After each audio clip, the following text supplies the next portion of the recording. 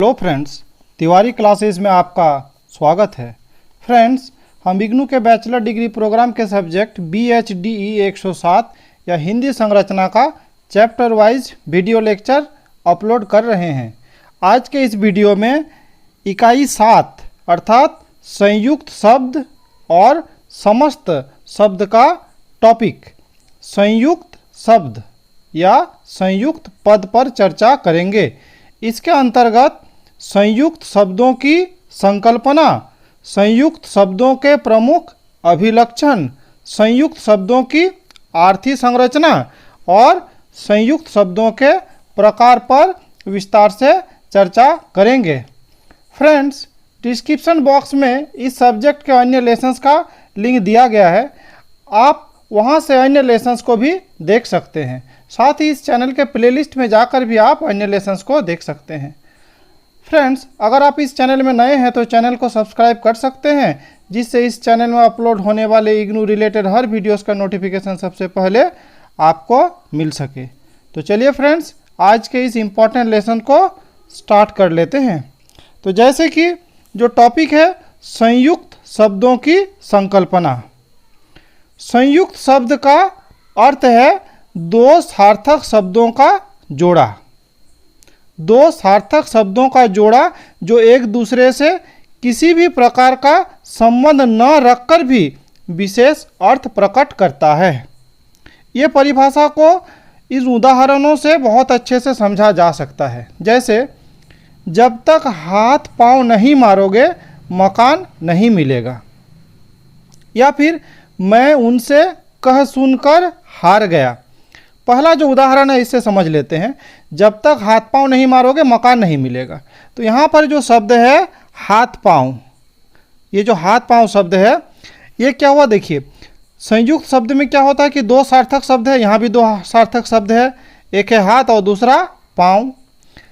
इन दोनों के बीच का कोई संबंध नहीं है, मतलब हाथ अलग शब्द है, पांव अलग शब्द है, लेकिन ये हाथ पांव जो हुआ ये एक विशेष अर्थ प्रकट करता है। जैसे हाथ पांव मारना माने क्या, बहुत ज़्यादा प्रयास करना।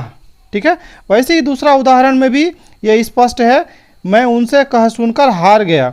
अर्थात यहाँ पर भी क्या है, कह सुन मतलब कहना और सुनना। यहाँ पर भी क्या है, दो अलग अलग शब्द है, दोनों के बीच में कोई संबंध नहीं है, लेकिन जब मिला दिया जाता है तो इससे क्या होता है, विशेष अर्थ प्रकट होता है। इस परिभाषा से मुख्यतः चार बातें स्पष्ट होती हैं। पहला, दो सार्थक शब्दों का जोड़ा ही संयुक्त शब्द बनाता है।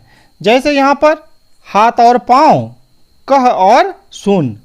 दूसरा, दोनों शब्दों में कोई आंतरिक संबंध नहीं होता, कोई आंतरिक संबंध नहीं होता, अर्थात हाथ और पांव, कह और सुन के बीच कोई आंतरिक संबंध नहीं है।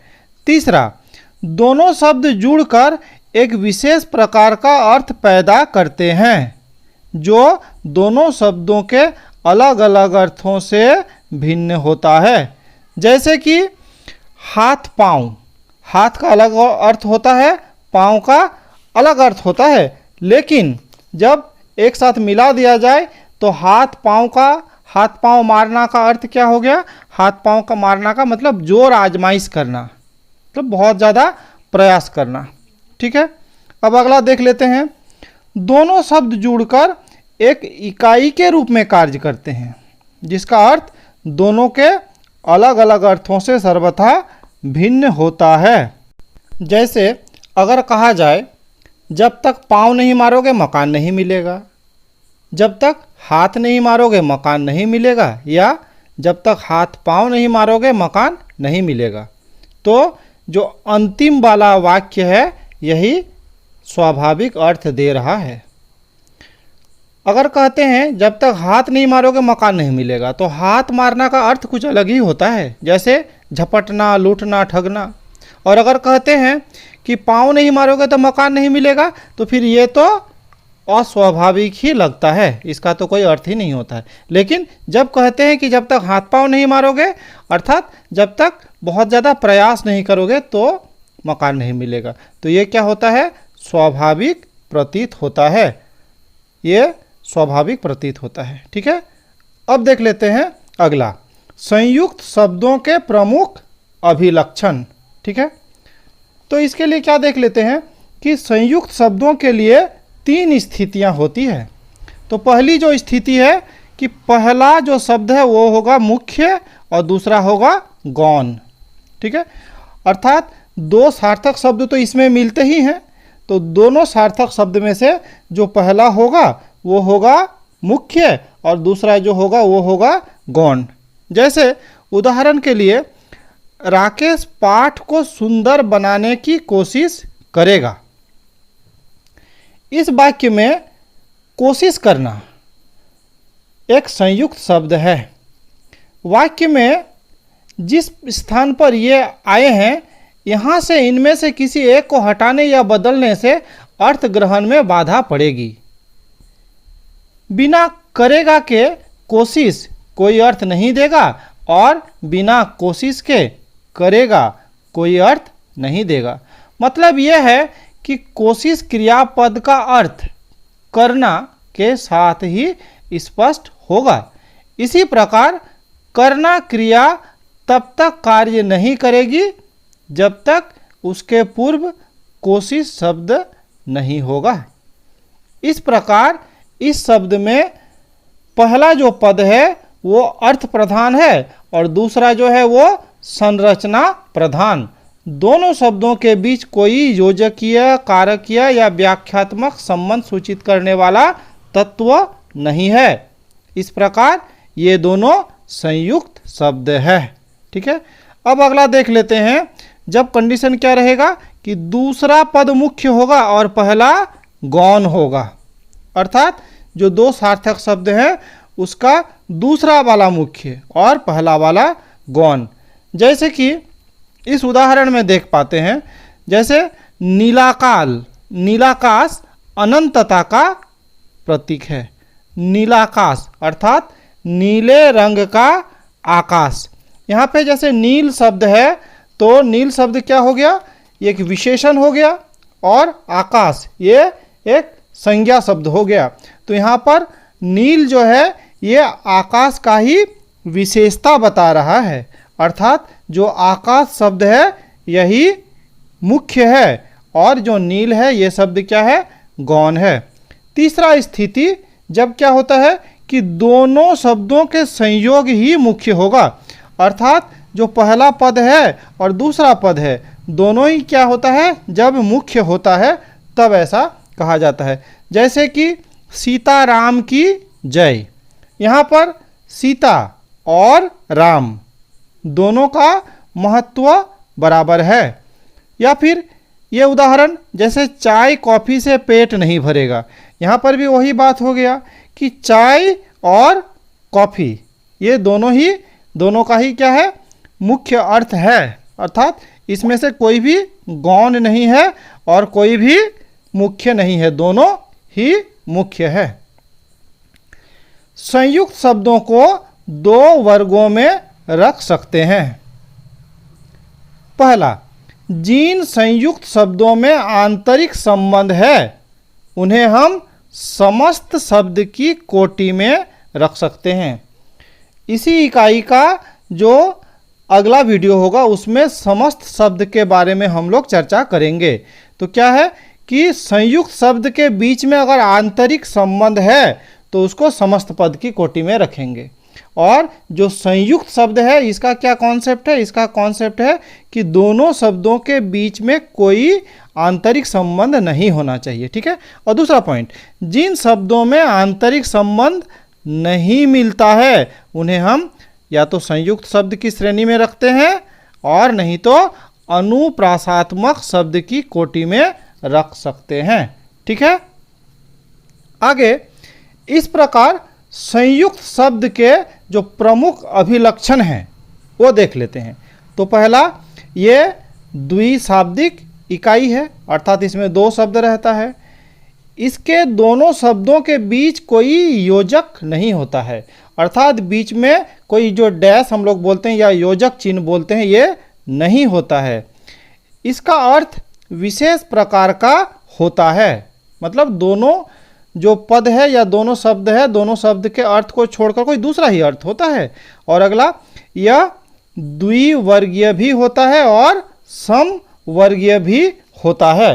द्विवर्गीय मतलब जैसे क्या, प्रयास करना, तो ये क्या हो गया, द्विवर्गीय का उदाहरण हो गया।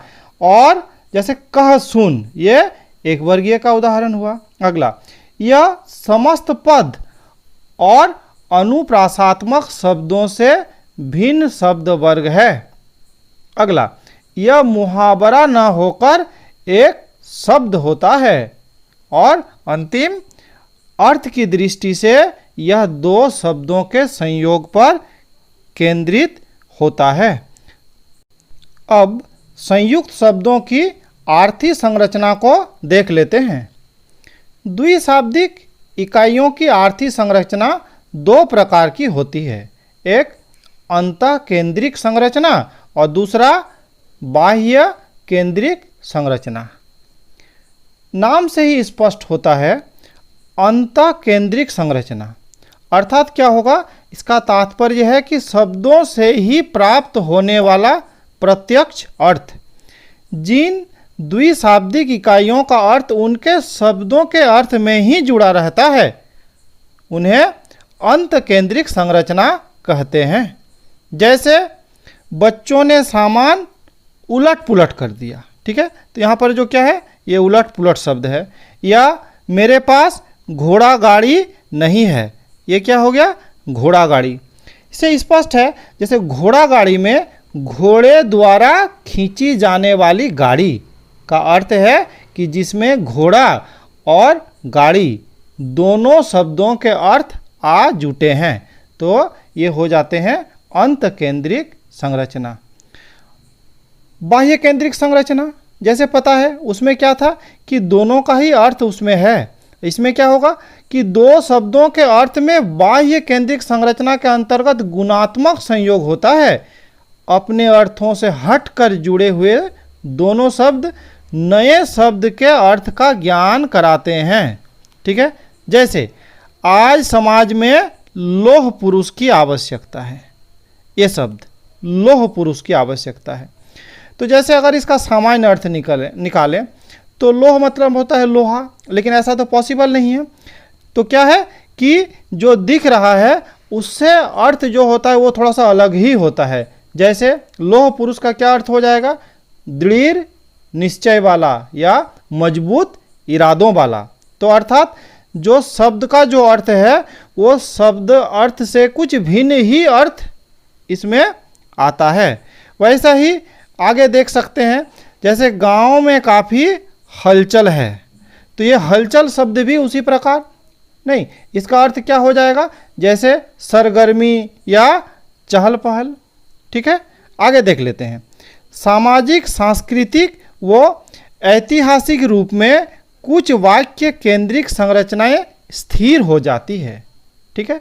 जैसे यूज होते होते क्या होते हैं, कुछ स्थिर हो जाते हैं, जैसे ऊंच नीच, दे ले आदि।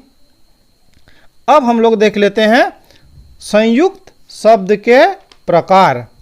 संरचनात्मक दृष्टि से संयुक्त शब्दों को दो वर्गों में बांटा जा सकता है।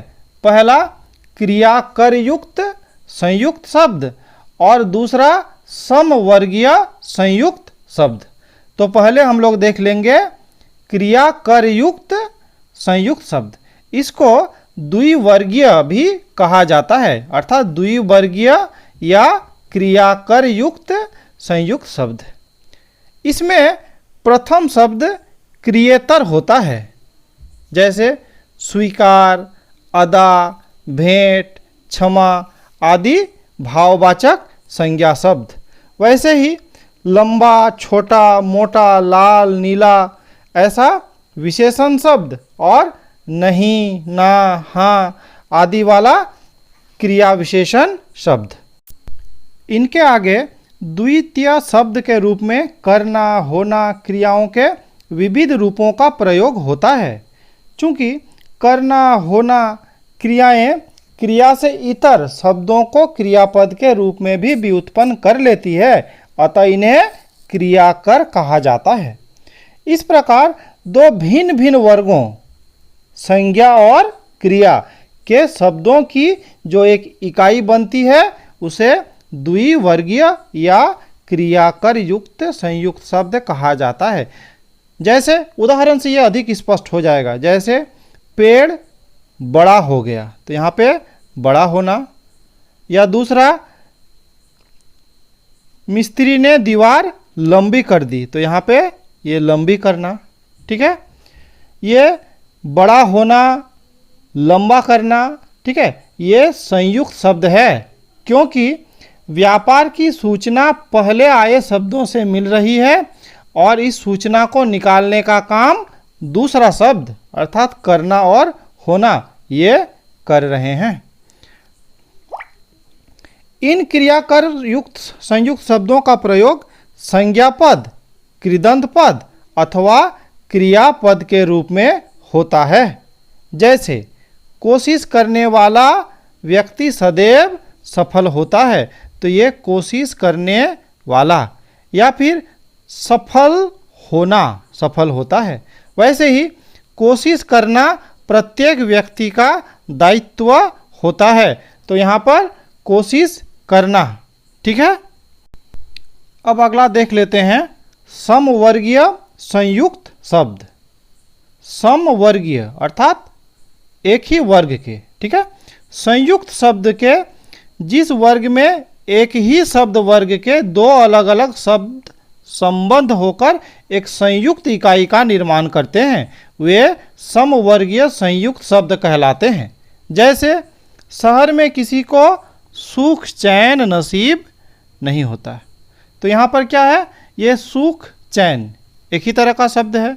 सबको हाय तौबा लगी रहती है, तो यहाँ पर क्या है, ये हाय तौबा, जैसे ये दोनों ही क्या है, विस्मयादि बोधक शब्द है।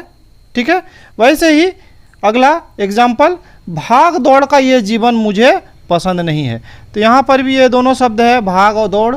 ठीक है, तो ये भाग दौड़ दोनों क्या है, धातु रूप है। तो समवर्गीय संयुक्त शब्द में क्या होता है, जो दोनों शब्द होते हैं, तो दोनों शब्द क्या होते हैं कि एक ही वर्ग से होते हैं। संयुक्त शब्द की वर्गीय समानता के साथ ही ध्वन्यात्मक संरचना की दृष्टि से भी दो वर्ग बनते हैं। पहला एक स्वरांती और दूसरा भिन्न स्वरांती। इसमें भी नाम से ही पता चलता है, एक स्वरांती मतलब अंत में जो स्वर होगा वो क्या होगा, समान होगा। ठीक है, जैसे पढ़ लिख, आगा पीछा, इस तरह से। और भिन्न स्वरांती अर्थात अंत का जो स्वर होगा वो क्या होगा, भिन्न होगा। जैसे लिपा पोती, नहीं आ की मात्रा उसमें दीर्घई की मात्रा। जैसे रो पीठ, इस तरह से।